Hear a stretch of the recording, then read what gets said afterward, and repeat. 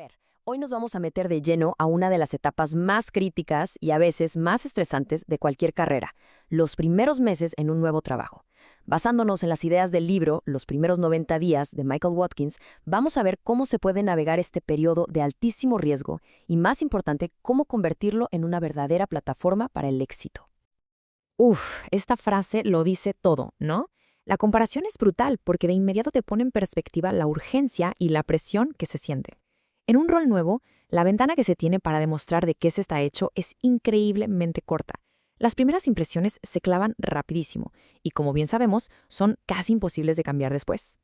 Y ojo, que no es solo una percepción, ¿eh? Los datos lo respaldan con fuerza. Casi el 90% de los directores de recursos humanos están de acuerdo en que las transiciones a nuevos puestos son, por mucho, los momentos más desafiantes en la carrera de un profesional. Es un verdadero bautizo de fuego que casi todos tenemos que pasar. Y aquí viene lo más fuerte. Lo que pasa en estos primeros meses no es algo pasajero. Para nada. De hecho, es un predictor súper potente del éxito o el fracaso que se tendrá en ese puesto a largo plazo. Una mala transición puede literalmente descarrilar una carrera que venía muy bien, mientras que un buen comienzo genera un impulso, un momentum que es casi imparable. Bueno, y entonces, ¿por qué es tan riesgoso este periodo? No es solo la presión. La realidad es que hay una serie de trampas muy comunes en las que caen hasta los líderes más experimentados. Vamos a analizar las más importantes. A ver, la primera trampa, y quizá la más común, es aferrarse a lo que ya se sabe. Es asumir que la misma fórmula que funcionó en el trabajo anterior va a funcionar ahora. Luego está esa comezón, esa necesidad de actuar para demostrar algo rápido, que casi siempre lleva a tomar decisiones apresuradas y sin contexto. También está el clásico error de querer hacer de todo al mismo tiempo, lo que nomás diluye la energía o, peor tantito, llegar con la soberbia de creer que ya se tienen todas las respuestas.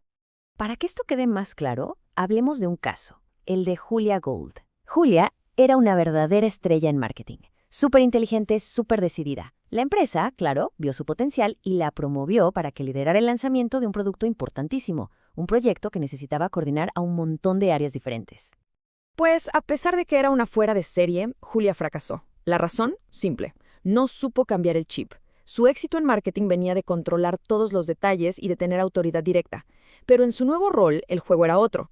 Necesitaba influir sin tener autoridad formal. Necesitaba guiar expertos de otras áreas. Se aferró a lo que conocía, el marketing, ¿y qué pasó? Pues que terminó por alejar a todo su equipo.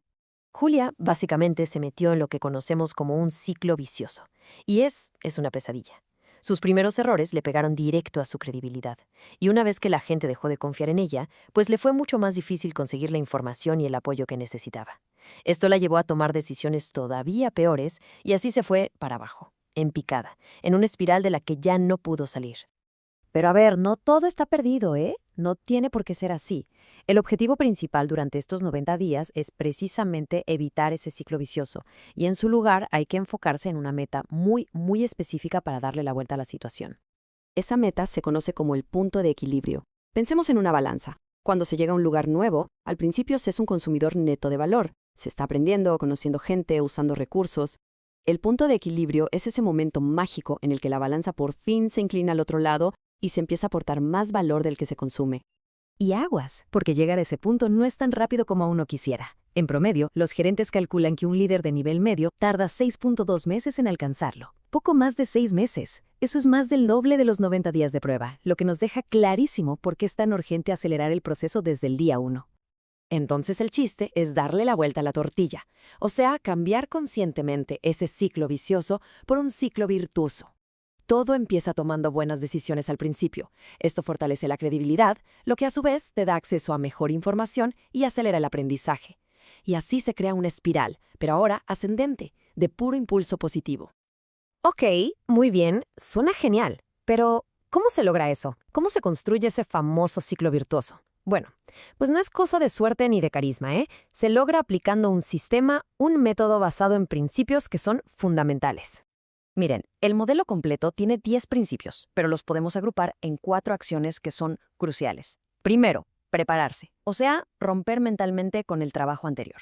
Segundo, acelerar el aprendizaje, no solo del negocio, sino también, y esto es clave, de la cultura y la política interna. Tercero, asegurar victorias tempranas, pequeños triunfos que construyan esa credibilidad que tanto se necesita. Y cuarto, construir coaliciones, porque el liderazgo se trata de influir, no solo de mandar. Ahora, para poder aplicar todo esto, hay que empezar por un paso que es fundamental: entender los retos específicos de cada transición, porque créanme, no todas son iguales. Cada una se cuece aparte. Una herramienta súper útil es hacer un diagnóstico de la situación. Por ejemplo, no es lo mismo que te promuevan dentro de tu empresa a llegar completamente nuevo a otro lugar, ¿verdad? O liderar a quienes antes eran tus compañeros. Eso tiene sus propias complicaciones. Identificar y hasta calificar qué tan difícil es cada tipo de cambio que se enfrenta ayuda a enfocar la energía justo donde más se necesita. Y con esto llegamos al corazón de todo el asunto. Superar con éxito los primeros 90 días no es cosa de improvisar y cruzar los dedos, no. Exige una estrategia, un plan de acción bien pensado para navegar la incertidumbre, para esquivar las trampas y, sobre todo, para construir ese impulso positivo desde el primer día. Al final, este sistema es como un mapa, ¿no? Ayuda a navegar un terreno que es súper vulnerable y a convertirlo en la base de un éxito que dure. Y nos deja con una pregunta que es fundamental para cualquiera que esté por empezar algo nuevo. Ya conociendo estas trampas, ¿cuáles son las que más podrían afectar en una situación dada? Y sobre todo, ¿cuál sería el plan para esquivarlas? Bienvenidos a este análisis. Hoy vamos a examinar distintas perspectivas sobre las transiciones de liderazgo. Nos vamos a basar en las reflexiones que nos ofrece el material de origen, específicamente el libro Los primeros 90 días. Y bueno, la pregunta central que guiará nuestra conversación es esta. Para un líder, ¿qué representa un desafío mayor? ¿Ascender dentro de su propia organización o incorporarse a una empresa completamente nueva? Es una pregunta clave, yo creo, porque toca justo la naturaleza del cambio y la adaptación en estos roles de alta responsabilidad. Desde mi punto de vista, voy a argumentar que la promoción interna, aunque pues sí pueda parecer el camino más seguro por aquello de la familiaridad con el entorno, en realidad presenta complejidades que a veces subestimamos y exige una transformación personal más profunda y, la verdad, a menudo más difícil de lograr. Y yo, por mi parte, voy a sostener que el desafío de integrarse a una cultura, a una estructura política completamente desconocidas cuando te unes a una nueva empresa, pues supera con creces los retos de una promoción interna, por más significativos que sean estos últimos. Esa falta de contexto inicial es un obstáculo, formidable. Mi perspectiva se basa en que, ser promovido internamente es engañosamente complejo. Claro, conoces la empresa, los productos, la gente. Hasta cierto punto, ¿no? Pero el verdadero reto, como lo subraya el material de origen, radica en algo más profundo. Esa necesidad imperiosa de desaprender hábitos, de soltar responsabilidades que antes, te definían. Que te definían, claro. Exacto. Y fundamentalmente, adoptar una nueva identidad de liderazgo. Existe un peligro real que se advierte en el texto en suponer que las habilidades y los enfoques que te llevaron al éxito en tu rol anterior van a seguir siendo efectivos. De hecho, a menudo es justo lo contrario. El éxito exige dejar de hacer muchas cosas que antes hacías bien y desarrollar competencias completamente nuevas. El texto detalla retos clave específicos de la promoción, la necesidad crítica de equilibrar amplitud estratégica con profundidad operativa, redefinir radicalmente qué y cómo delegar, entendiendo que la complejidad de las tareas a delegar aumenta exponencialmente, y cambiar fundamentalmente la forma de influir. Como se señala, la autoridad formal que ganas puede ser menos determinante que la habilidad política que necesitas desarrollar en un entorno donde la política se vuelve más sutil y compleja. Además, debes adoptar canales de comunicación más formales, más estratégicos y prepararte para un nivel de escrutinio mucho mayor sobre tus decisiones y tu comportamiento. Implica una transformación integral en tu manera de operar y de pensar. Y no olvidemos el factor humano. Lidiar con relaciones preexistentes que ahora cambian drásticamente, como pasar a liderar antiguos compañeros, algunos de los cuales, como menciona el libro, podrían ser competidores decepcionados, que no te van a facilitar las cosas. El caso de Julia Gould, que se analiza en el material, es un ejemplo perfecto. una estrella en marketing, pero fracasa en un rol transversal de mayor nivel, no por falta de inteligencia o esfuerzo, sino por aferrarse a lo conocido, a sus fortalezas operativas y su necesidad de control, que se convierten en microgestión. Fracasó según el análisis por no lograr hacer ese salto mental crucial, por no poder abandonar el pasado y abrazar las nuevas exigencias del rol. Es una transformación interna que puede ser brutal. Entiendo el punto sobre la transformación interna, sí, pero yo lo veo desde un ángulo distinto, apoyándome también fuertemente en el material. Incorporarse a una nueva empresa es inherentemente una apuesta de mayor riesgo. La analogía que usa el texto es potente, ¿no? Eres como un órgano trasplantado, y el riesgo de rechazo por parte del sistema inmunológico organizacional es real, significativo y a menudo inmediato. El material es bastante explícito al respecto. Cita encuestas a directores de recursos humanos que de forma casi unánime consideran que el reto de incorporarse a una empresa nueva es mucho más difícil que ser promovido internamente. ¿Por qué? Bueno, el texto destaca las barreras casi universales que enfrentan los externos. Un desconocimiento total de las redes informales de comunicación, esas conversaciones de pasillo donde fluye información crucial. La enorme dificultad de navegar una cultura corporativa ajena de la que no entiendes los códigos, una falta de credibilidad inicial inherente comparada con alguien de dentro que ya tiene un historial y relaciones, y, no menos importante, la posible resistencia sistémica, a veces sutil, a veces abierta, a aceptar gente de fuera, especialmente en organizaciones con fuerte tradición de promoción interna.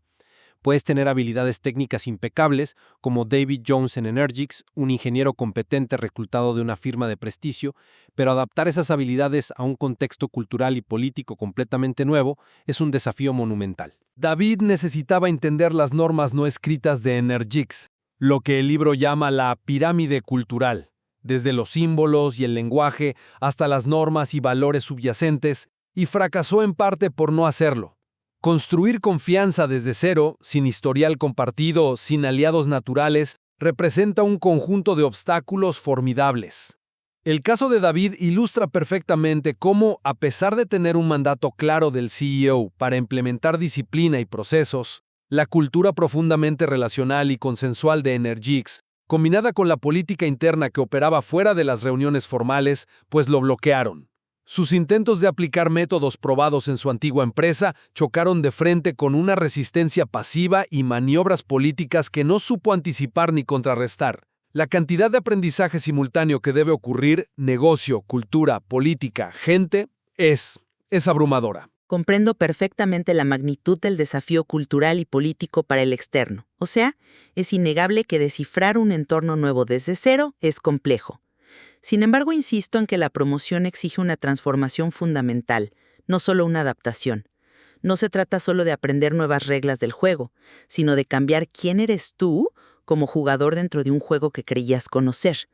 Es una metamorfosis interna que puede ser psicológicamente más demandante precisamente porque ocurre en un terreno familiar que de repente te exige ser diferente. El material es muy claro al señalar que las habilidades que te hicieron exitosa antes pueden no solo no servir, sino incluso perjudicarte activamente en el nuevo nivel. Retomando a Julia Gold, su legendaria atención al detalle y su necesidad de control, claves para su éxito previo en marketing funcional, se convirtieron en su perdición como líder de un proyecto multifuncional. Pasaron de ser fortalezas a ser debilidades que generaban frustración en su equipo. Aferrarse a lo que sabes es una de las trampas más comunes descritas en el texto para los promovidos. El salto no es solo de tareas o responsabilidades, es un salto cuántico en mentalidad, perspectiva y comportamiento, que implica un doloroso proceso de desaprender activamente formas de trabajar y pensar que estaban profundamente arraigadas. Esa lucha interna, esa necesidad de reinventarse bajo la mirada de quienes te conocían antes, añade una capa de complejidad psicológica que, la verdad, no debe subestimarse. Entiendo tu punto, pero permíteme ofrecerte otra perspectiva sobre esa transformación. Sí, puede ser demandante, no lo niego, pero ocurre, como tú misma dices, en un terreno conocido. Tienes relaciones preexistentes, aunque cambien, conoces la historia de la empresa, los productos clave, los sistemas básicos, probablemente la jerga interna. El externo, en cambio, enfrenta un vacío casi absoluto. La adaptación externa implica descifrar un código cultural completo. Los símbolos de estatus, el lenguaje específico con sus acrónimos y chistes internos, las normas implícitas sobre cómo se toman decisiones o se maneja el conflicto, los valores subyacentes que realmente guían el comportamiento, sin ninguna red de seguridad, sin nadie que te traduzca inicialmente. El texto lo dice bien, debes actuar como un antropólogo estudiando una civilización recién descubierta. Ahora te pregunto, ¿no es precisamente esa falta total de red de seguridad y contexto lo que hace la situación del externo exponencialmente más precaria? El riesgo de malinterpretar señales cruciales. ¿Las reuniones son para debatir o para ratificar decisiones ya tomadas en otro lado? ¿Se valora el consenso o la acción rápida? Es constante. Un error cultural significativo al principio puede ser devastador para la credibilidad inicial, algo que el promovido, con su historial, quizás puede permitirse en menor medida. David Jones, por ejemplo, falló en parte porque no leyó correctamente la cultura consensual y relacional de Energix, aplicando un enfoque directo y basado en procesos que funcionaba en su empresa anterior pero que aquí generó rechazo. El externo parte de cero en entender cómo funciona realmente la organización, más allá de los organigramas y los manuales. Es un punto interesante el que plantea sobre la precariedad inicial. Sin embargo, volviendo a la familiaridad del interno, esta puede ser una espada de doble filo, especialmente en el ámbito político y relacional. El material sugiere algo paradójico. A medida que asciendes internamente, tu autoridad formal puede volverse menos determinante que tu habilidad para navegar la política, que se vuelve más compleja, no más simple. Tienes que influir de maneras nuevas y más sutiles, a menudo sin la autoridad directa sobre todos los recursos que necesitas. Además, tienes que lidiar con egos potencialmente más grandes, porque, como dice el texto, la gente a tu nuevo nivel también es capaz y ambiciosa. Y luego está la dinámica increíblemente delicada de supervisar a ex-colegas. El material menciona explícitamente el desafío de liderar a antiguos compañeros, algunos de los cuales pueden sentirse resentidos por no haber sido ellos los elegidos, los competidores decepcionados, y podrían, consciente o inconscientemente, intentar socavarte. Esto exige una recalibración política muy sofisticada dentro de una red que conoces, sí, pero cuyas reglas de interacción contigo han cambiado radicalmente. Tienes que reconstruir tu base de poder e influencia bajo un nuevo conjunto de expectativas y relaciones alteradas. Esa complejidad emocional y política dentro de lo familiar es un campo minado. Disculpa, pero simplemente no me convence que eso sea más difícil en general que partir de la nada absoluta. Reconozco la complejidad de manejar relaciones transformadas, pero el externo enfrenta una desventaja política fundamental. No tiene ninguna relación establecida, ni capital político acumulado, ni conocimiento previo de las lealtades, las rivalidades históricas, las agendas ocultas o los verdaderos centros de poder informales que a menudo dictan cómo se hacen las cosas.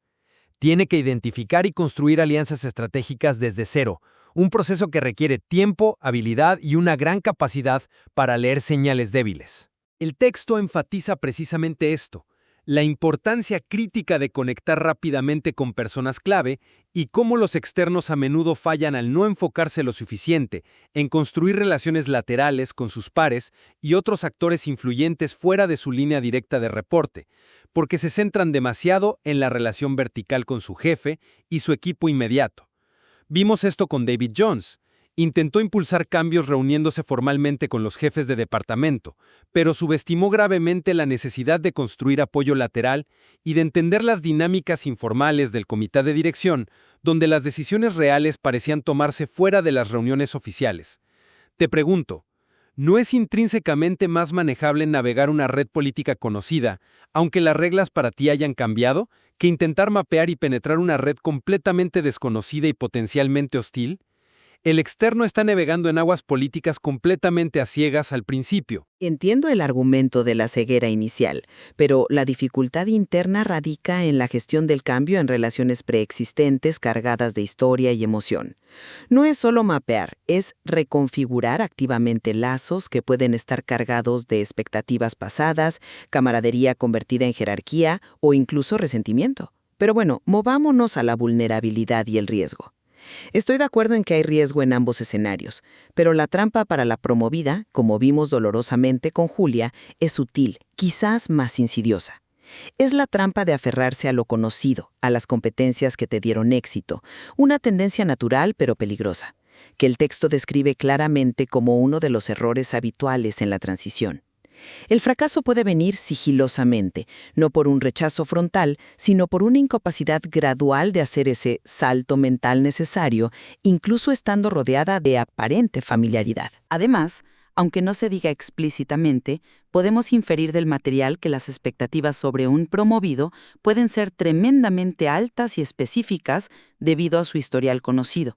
Se espera que rindas a un nuevo nivel casi de inmediato, y cualquier tropiezo puede ser juzgado con más dureza precisamente bajo el argumento de «tú ya deberías saber cómo funcionan las cosas aquí», ignorando que el rol es fundamentalmente diferente. La presión de cumplir con esas expectativas internas puede ser, paralizante. Es un punto válido el de las expectativas internas, aunque yo lo enmarcaría de manera diferente respecto a la vulnerabilidad general. La vulnerabilidad del externo es mucho más explícita, más expuesta y, diría yo, sistémica. El material lo dice sin rodeos citando a los directores de RRH. La incorporación desde fuera es más difícil. El riesgo de rechazo por el sistema inmunológico organizacional no es una metáfora abstracta, es una realidad tangible que puede manifestarse en falta de cooperación, información retenida o resistencia pasiva. Y este rechazo, como ilustra el caso de David Jones, no siempre se debe a errores del recién llegado, sino a una resistencia estructural a lo ajeno, a nuevas formas de hacer las cosas. David tenía un mandato claro del CEO, pero la cultura y la política internas actuaron como anticuerpos. Además, el texto advierte sobre la peligrosa diferencia entre lo que se pacta en la contratación y la realidad del día a día, la fase de enamoramiento versus matrimonio. El externo puede llegar con expectativas poco realistas sobre su autonomía, el apoyo que recibirá o la velocidad del cambio posible, lo que lo lleva a chocar con la realidad y generar resistencia innecesaria. Su falta de familiaridad y de redes de apoyo internas lo deja fundamentalmente más expuesto y con menos margen de error en esos primeros días críticos. ¿Dirías que la sutileza del riesgo interno supera la crudeza y la frecuencia del rechazo externo documentado? Es una pregunta difícil porque ambos riesgos son reales y pueden llevar al fracaso. Quizás la diferencia radica en la fuente del riesgo. Para el externo es principalmente el entorno desconocido. Para la interna es la lucha consigo misma y la gestión de un entorno conocido que reacciona a su cambio. Y esto nos lleva al último punto: aprendizaje y credibilidad. Si bien es obvio que el externo debe aprender muchísimo sobre la empresa, su negocio, su cultura, su política, su gente, el desafío para la promovida es diferente pero no menor. Debe, como sugiere el texto al hablar de los retos de la promoción, volver a aprender cómo aprender en un nivel superior. Se enfrenta a problemas más ambiguos, más complejos, que requieren una nueva forma de pensar, más estratégica y menos operativa. No se trata solo de absorber nueva información, sino de desarrollar una nueva capacidad analítica y de juicio. Y crucialmente, debe construir credibilidad para ese nuevo nivel. Su credibilidad anterior como experta funcional no se transfiere automáticamente a su nuevo rol estratégico. Tiene que demostrar activamente que puede operar con una perspectiva más amplia, que puede liderar a otros líderes, que puede tomar decisiones difíciles con implicaciones más vastas. Es un tipo de aprendizaje cualitativamente distinto y retador, que implica a menudo cuestionar las propias competencias que antes le daban seguridad. Julia, por ejemplo, necesitaba aprender a confiar en la experiencia de otros en áreas que no dominaba y a liderar mediante la influencia, no el control directo. Un aprendizaje difícil cuando tu identidad profesional se basa en ser la experta. Admito la naturaleza cualitativa de ese aprendizaje interno, pero sigo pensando que la carga para el externo es objetivamente mayor en términos de volumen, velocidad y simultaneidad. El externo enfrenta una curva de aprendizaje increíblemente empinada y en múltiples frentes a la vez. Tiene que entender el negocio específico de la nueva empresa, productos, mercados, competidores, descifrar la cultura organizacional, la pirámide cultural completa, mapear la dinámica política interna, quién tiene poder real, cuáles son las alianzas y conocer a las personas clave con sus historias y relaciones. El material subraya la necesidad crítica de acelerar este aprendizaje masivo en los primeros 90 días, y la falta de familiaridad inicial impacta directamente la capacidad de tomar buenas decisiones tempranas, lo cual es esencial para construir la credibilidad fundamental. Si no aprendes rápido lo correcto, tomas malas decisiones, dañas tu credibilidad inicial, y eso dificulta aún más el aprendizaje y la construcción de relaciones, creando el temido ciclo vicioso que describe el texto. El externo tiene que hacer todo esto, aprender masivamente, mientras intenta orientarse en la nueva organización, conectar con gente clave, ajustar las expectativas propias y ajenas y adaptarse culturalmente. Son los 4 pilares de la incorporación que menciona el texto, y gestionarlos todos simultáneamente desde una posición de desventaja informativa me parece una carga cognitiva y relacional enorme, probablemente mayor que la transformación focalizada, aunque profunda del interno. La profundidad de la transformación interna realmente supera la abrumadora amplitud del aprendizaje externo necesario para la simple supervivencia inicial. Bueno, queda claro que ambas transiciones presentan un conjunto formidable de desafíos únicos y significativos. Reconozco plenamente que la adaptación a una cultura completamente nueva, la construcción de redes desde cero y la necesidad de aprender rápidamente sobre un negocio desconocido representan una tarea inmensa para quien llega de fuera. Los argumentos sobre la precariedad inicial y el riesgo de rechazo sistémico son potentes. Y el material, citando a expertos en RRH, lo califica como más difícil. Sin embargo, mantengo mi convicción de que la necesidad de reinventarse fundamentalmente a nivel personal y profesional, cambiar patrones de pensamiento y comportamiento profundamente arraigados, desaprender activamente lo que te hizo exitosa y gestionar la complejidad emocional y política de relaciones preexistentes, ahora transformadas tras una promoción interna, representa una complejidad psicológica y relacional que a menudo se subestima. Es una transformación interna profunda que ocurre bajo el microscopio de un entorno familiar, lo cual presenta sus propias trampas sutiles y muy demandantes. Admito sin reservas que la promoción interna no es simplemente más de lo mismo y exige una evolución importante del líder, incluyendo los retos políticos, de perspectiva y de transformación personal que has descrito también. No es un camino fácil.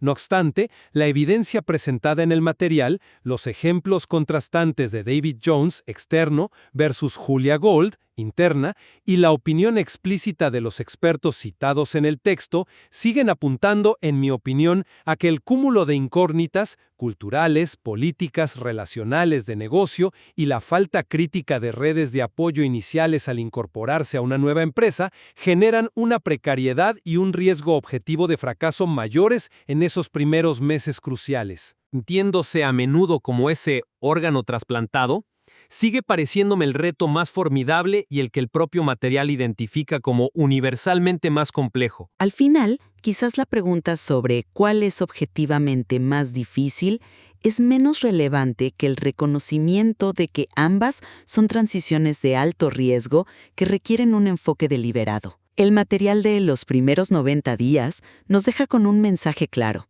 El éxito en cualquier transición crítica depende menos de la situación específica, promoción interna versus incorporación externa, y más de la preparación consciente del líder. Depende de su capacidad para diagnosticar la situación correctamente, acelerar su aprendizaje, sea este sobre sí misma o sobre el nuevo entorno, ajustar su estrategia a las circunstancias particulares, ya sea una startup, una reestructuración, una expansión global, etc., asegurar victorias tempranas que generen impulso y construir coaliciones de apoyo. Evitar las trampas comunes como aferrarse a lo conocido, intentar hacer demasiado pronto o diagnosticar mal la situación es absolutamente crucial en ambos escenarios. Estoy completamente de acuerdo. Ambas rutas exigen una disciplina y una metodología para navegar la transición. Requieren evitar caer en los ciclos viciosos de fracaso temprano y buscar activamente construir impulso a través de los ciclos virtuosos de aprendizaje, conexión y logros, como lo describe tan bien el texto. El análisis detallado de estas dinámicas, comprendiendo los principios fundamentales como la preparación mental, el aprendizaje acelerado y enfocado, la adaptación estratégica a la cultura y la política, y la construcción deliberada de equipos y alianzas, es lo que realmente marca la diferencia. Este marco que ofrece el material es valioso precisamente porque proporciona herramientas para navegar estas aguas turbulentas, independientemente de si tu punto de partida es dentro o fuera de la organización. La clave está en la ejecución consciente de la transición.